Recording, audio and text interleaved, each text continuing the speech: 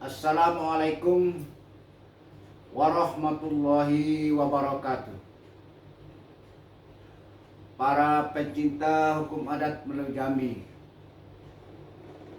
penghuni tanah Sepingkah Payung Sekaki, Aik Setitik Telaga Rahmat, Pucuk Jambi 9 Lurah, dan kepada para anak muda, bujang gadis yang cepat kaki ringan tangan yang mencintai hukum adat Jambi untuk dilaksanakan di masa-masa akan datang. Maka pada kesempatan ini izinkanlah saya, Mukhtar Agus Solib SH, Adipati Cendikyo Angu Gantorajo, Wakil Ketua Lembaga Adat Provinsi Jambi selama 13 tahun terhitung sejak tahun 2006 sampai 2010 sekarang ini. Berdasarkan pengalaman saya menjadi hakim selama 30 tahun lebih dan menjadi ketua pengadilan negeri kelas 1B itu 2 kali. Pertama di Sulawesi Selatan, Maros, yang kedua di Curug Bengkulu. Akhirnya saya pensiun dengan pangkat Hakim Utama 4E. Saya pernah mengadakan penelitian hukum adat beberapa tahun, hampir 48 tahun lamanya saya mengamati, membaca, meneliti segala macam. Kemudian mengadakan studi banding di 6 provinsi yang ada di Indonesia ini. Apa yang saya ingin bicarakan pada hari ini adalah sekitar lamaran atau melamar. Setahu saya, sesuai dengan ilmu hukum atau tepatnya ilmu hukum adat, ada 2 macam sistem melamar dalam perkawinan ini. Sebenarnya melamar ini hanya seremonialnya saja, tapi siang sisi, kata bertanyu dan sebagainya sebelumnya sudah terjadi antara para pihak bujang dan gadis. Nah, bicara mengenai bujang dan gadis Jambi, menurut hukum adat Melayu Jambi, ada kewajiban bagi orang tua, karena di dalam hukum adat Jambi dikatakan punya anak bujang sama dengan harimau di ujung Tanjung. Entah kapan ternak orang ditangkapnya, heboh kita buatnya, bikin malu kita sekampung. Punya anak gadis bagaikan api di bubung atap. Entah kapan terjadi hal-hal yang buruk menimpa anak gadis kita akan malu. Rumah terbakar, keluarga malu. Nah, itu maksudnya. Maka itu bagi orang tua yang punya anak gadis, bagi orang tua yang punya anak bujang, menurut hukum adat Melayu Jambi ini ada disebut dengan jangko adat dalam hukum adat Melayu Jambi, tapi ini bahasanya bahasa Melayu kuno yang diatur pada tahun 1600 atau tepatnya abad ke-16. Bahasanya bunyi begini: kalau kita punya anak bujang atau kita punya anak gadis, maka kewajiban orang tua menurut hukum adat Melayu Jambi disebutkan dalam jangko adat. Ingat, jangko adat. Ada di dalam adat itu ada yang disebut dengan seluku adat, ada yang disebut dengan jangko adat. Kalau seluku adat sama dengan pepatah petitih. Itu hanya kata kiasan yang bisa berlaku untuk kasus-kasus yang bersinggungan. Bisa dalam hukum, bisa dalam agama, bisa dalam pergaulan masyarakat, itu namanya pepatah. Tapi kalau jangko adat itu kata kias yang berkaitan dengan hukum. Nah, itu disebut dengan jangko adat. Jangko itu mempunyai batas. Jadi jangko adat sebuah jangko yang dibatasi oleh adat. Ada lingkarannya. Kalau 10 cm ya 10 cm lah. Nah, tidak boleh lebih dari itu. Nah, kira-kira itu ada batas-batas tertentu. Itu disebut dengan jangko adat. Nah, jangko adat yang berkaitan dengan punya anak gadis dan punya anak bujang di rumah tangga itu disebutkan begini. Kalau punya anak bujang, punya anak gadis, dalam hukum adat diibaratkan dengan hari. Nah, menurut jangko adat disebutkan elok hari jemo dikekah, buruk hari jemu dilingkup. Nah, itu yang dimaksud dengan elok hari jemu dikekah. Kalau kita punya anak gadis di rumah atau punya anak bujang, ada acara-acara di sekitar rumah kita, mungkin ada orang yang berlek, mungkin ada orang yang pesta besar-besaran dalam perkawinan, maka ini anak kita asuh, kita arah, pergilah kamu ke sana, ikuti pekerjaan kawan kita yang sebaya di sana, entah menolong orang menengahkan air, entah orang menolong memasak nasi bagi anak gadis, mencuci piring barangkali, atau menghidangkan makanan barangkali. Nah, perbuatan-perbuatan ini namanya jemu dikekah. Demikian juga jadi yang laki-laki. Yang laki-laki kita asuh anak kita ke sana. Kita suruh dia, ikutlah kawan di jenang eloknya itu. Duduklah di jenang elok atau di kepanitiaan itu. Entah kamu jadi keamanan, entah tukang meh pantan, tukang menghidangkan nasi, air minum, entah sebagai penerima tamu. Ini namanya jemu dikekah. Diibaratkan dengan padi yang kita proses untuk menjadi beras. Itu jemu namanya padi ini. Nah, dihamparkan, dikekarkan dengan panas. Nah, diaturnya artinya elok hari jemu dikekah. Itu maksudnya begitu. Sebaliknya, buruk hari jemu dilingkup. Nah, artinya kalau tidak ada orang yang pesta, tidak ada orang yang mengadakan hajatan yang di sekitar kita, maka anak kita jangan disuruh banyak keluar. Cukuplah dia keluar pergi belajar mencari ilmu pengetahuan ke sekolah, atau pergi maji pada gurunya, atau pergi ke pasar bersama kita. Tidak kita suruh dia mau pergi seenaknya saja, tidak. Nah, keadaan yang seperti ini itu namanya jemu dilingkup. Dididik, dilihat, dibatasi kehendaknya. Jangan dibiarkan. Tidak ada, saya mau sana Pak, pergi sudah pergi, tidak bisa. Anak terlalu bebas akan menimbulkan masalah, apalagi di zaman sekarang ini. Teknologi sudah saking maju. Nah, nanti dia bergaul dengan teman-teman yang tidak bagus perangainya, pasti akan terbawa anak kita. Nah, itu. Kemudian, kalau anak-anak sudah dewasa, sudah waktunya saat kawin, nah inilah terjadi pelamaran. Lamar-melamar ini, ya menurut saya pribadi ada kekeliruan, terutama di daerah Jambi ini ada dua macam, ya, ada kekeliruannya. Melamar harus mengikuti sistem perkawinan. Sistem perkawinan itu ada yang disebut dengan kawin sumando, ada yang disebut dengan kawin jujur. Kalau kawin sumando, maka anak bujang yang kawin pindah ke tempat gadis, tinggal di rumah mertua yang perempuan. Itu kawin sumando. Kalau kawin jujur, gadis yang kawin dengan bujang, maka gadis ini tinggal di rumah yang laki-laki bersama mertua atau bapak dari yang laki-laki. Itu kawin jujur.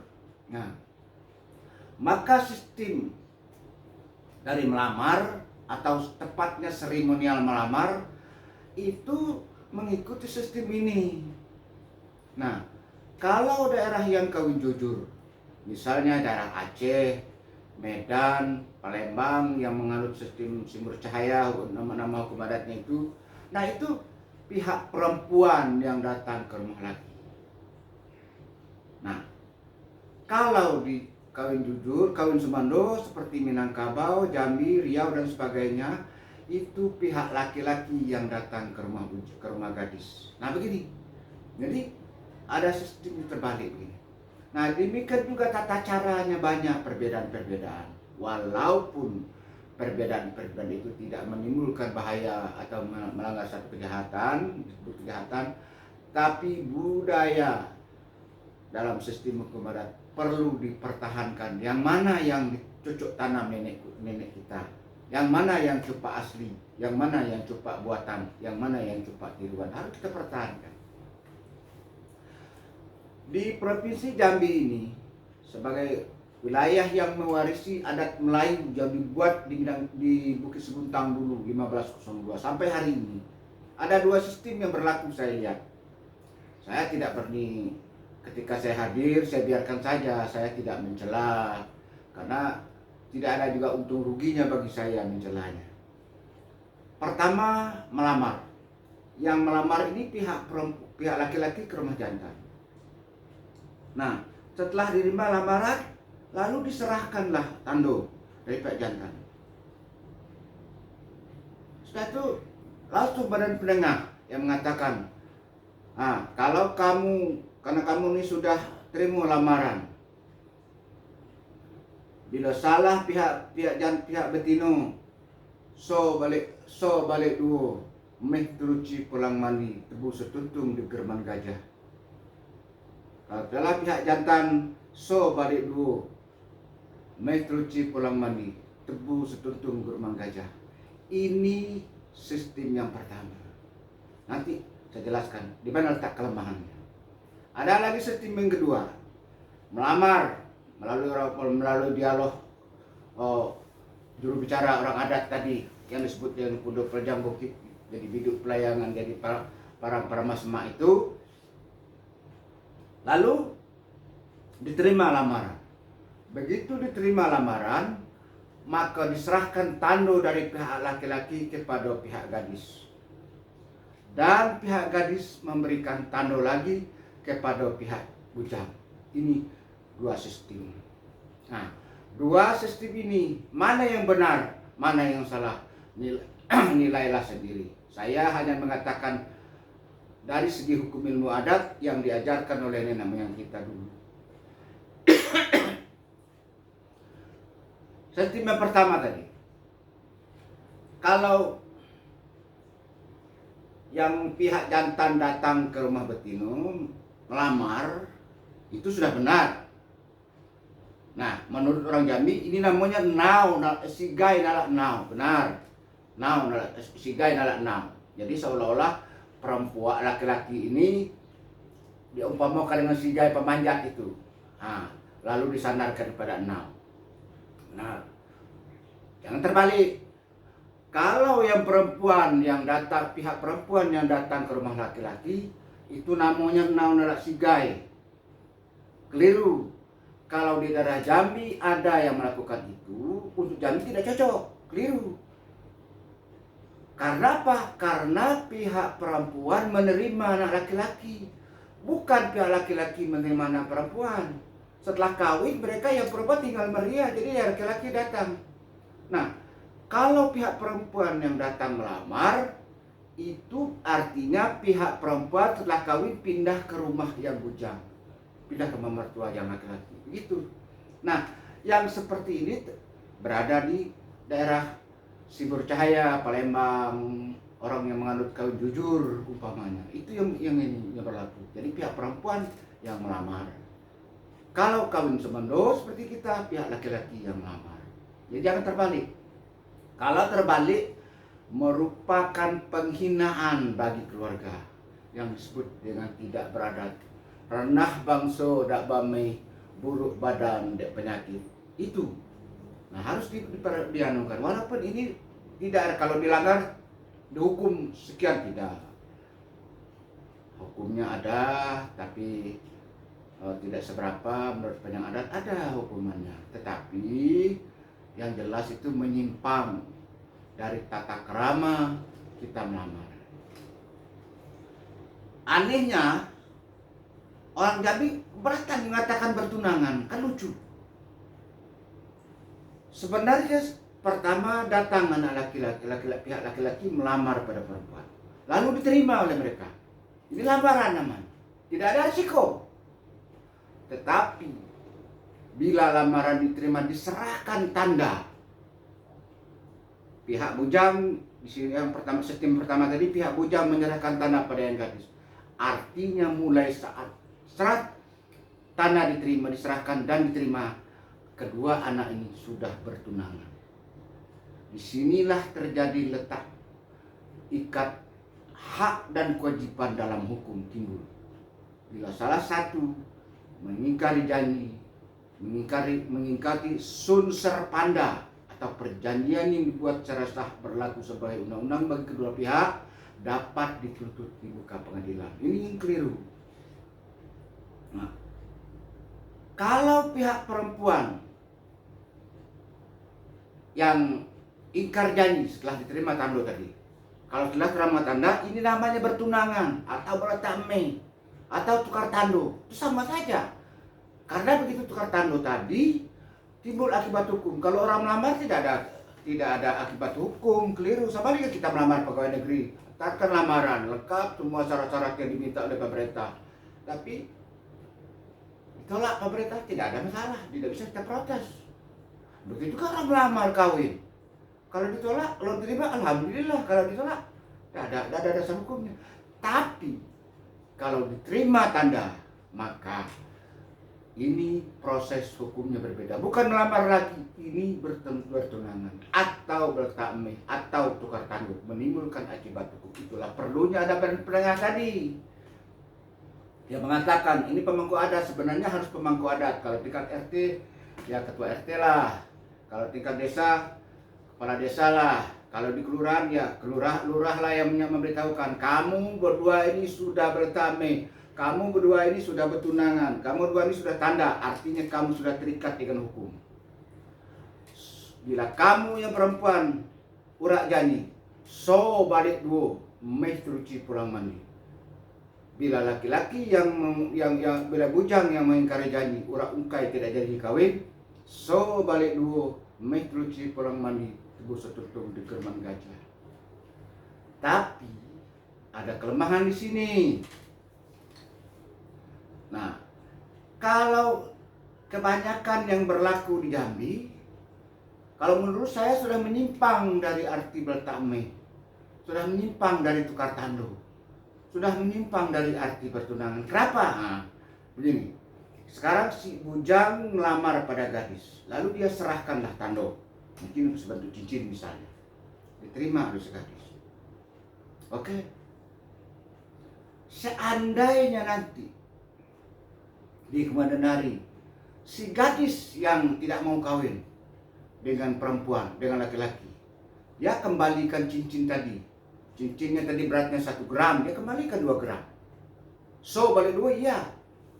Tapi tidak berlaku bagi si gadis ini tentang meh teruci pulang mandi tebu setuntung di gerbong gajah. Kenapa? Karena dia tidak memberikan tando kepada laki-laki tadi. Nah, itu penyakitnya. Artinya ini sudah menyimpang dari Undang 20 pasal 18 tentang agotawah. Nah, tapi kalau pihak gadis, pihak bujang yang ingkar janji, kan? Yang tidak mau kawin dengan laki-laki, so balik 2 tidak berlaku baginya. Ada apa yang diterimanya dari balik ada. Meh teruci pulang mandi betul. Sebut setunjuk kerumahan, cincin yang diberikan pada pihak laki, pihak perempuan hilang. Nah, ini sebuah kekeliruan dalam melaksanakan hukum adat. Mohon maaf kepada tokoh-tokoh adat. Barangkali banyak yang belum memahami arti melamar secara hukum adat. Nah, kalau sistem yang kedua, ketika melamar, lalu lamaran diterima, pihak laki menyerahkan tanda berbentuk secicit emas umpamanya, Lalu pihak perempuan menyerahkan Tando lagi. Nah ingat, di dalam hukum adat Jambi yang saya tahu, maka dari dulu saya ajak orang berdebat, tak ada yang mau. Pada tahun 2017, tanggal 18 Januari, saya tulis di koran, siapa yang menguasai hukum adat Jambi secara keseluruhan, yang menguasai Undang 20 secara keseluruhan, atau menguasai Undang 12 secara keseluruhan, menguasai anak Undang 12 secara keseluruhan, mari berdebat dengan saya, berdialog, bertukar pikiran secara akal sehat. Hasil itu akan kita bukukan untuk kita tinggalkan kepada anak. Bukan saya mengatakan saya pintar, tidak. Saya mengajak membetulkan yang salah. Menurut saya salah yang tadi itu, yang pertama itu. Karena masing-masing pihak bisa tidak kena dengan balik dua, tidak ada. Nah itu. Jadi mari saya uraikan lagi tentang sistem yang kedua tadi. Yang kedua, begitu orang melamar, serahkan Tando. Nah ingat, Tando yang diberahkan dari laki-laki menurut hukum adat Jambi harus bersifat ekonomis. Satu, artinya berharga. Benda yang diberikan dari pihak laki-laki ini harus benda berharga atau bernilai magis. Umpamanya si bujang menyerahkan Tando kepada perempuan, dia mengatakan dia akan kawin dengan perempuan ini, dia menyerahkan sebilah keris pusako, boleh, itu nilainya magis.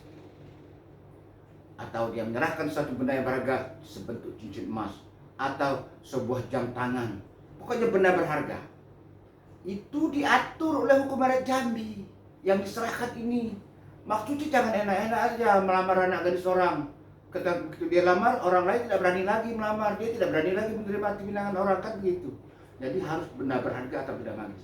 Sebaliknya, pihak yang perempuan harus menyerahkan Tando juga, tapi terserah kemampuan mereka. Tidak ada syaratnya. Mungkin dia serahkan kain sarung, mungkin dia serahkan selimut, mungkin dia serahkan apa yang dia miliki. Tidak ada syarat di dalam hukum adat. Tapi wajib ada Tando dari pihak perempuan yang dipegang oleh pihak laki-laki.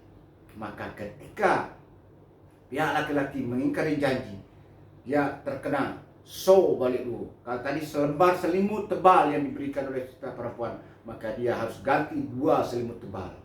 Gitu. Nah, begitu juga dengan pihak perempuan. Dia menerima Tando dan menyerahkan Tando dia. Kalau dia yang ingkar janji, dia terima selembar cincin emas, sebentuk cincin, maka balik dua terkena bagi dia. Dan yang diberikannya tadi kepada si jantan, meh teruci pulang mandi, tebu setuntung di kerman gajah. Ini kaidah hukum. Kaidah hukum ini melekat kepada pihak jantan, melekat pada pihak betina. Tapi yang terjadi hari ini melekat hanya pada pihak jantan. Lucu. Ini tidak kena. Jadi balik dua. Satu kaidah hukum. Meh teruci pulang mandi, tebu setuntung kerman gajah. Satu kaidah hukum. Dalam perjanjian mau kawin antara laki-laki dan perempuan, ini terkena semuanya. Sobat yang laki-laki terkena balik dua, yang perempuan terkena balik dua. Kalau kita mengikuti sistem yang kedua tadi. Tapi anehnya di Jambi ini, orang tidak mau ngaku kalau dia salah. Mari kita hubungkan dengan Undang 20. Di dalam Undang 20 pasal KUHP Melayu Jambi. Kitab Undang-Undang Hukum Pidana Nenek Moyang Orang Jambi, 20 pasal. Disebut dalam pasal 18. Orang dilarang melamar tunangan orang. Ada ancaman. Orang, anak gadis yang sudah bertunangan dilarang menerima lamaran atau pinangan bujang lain.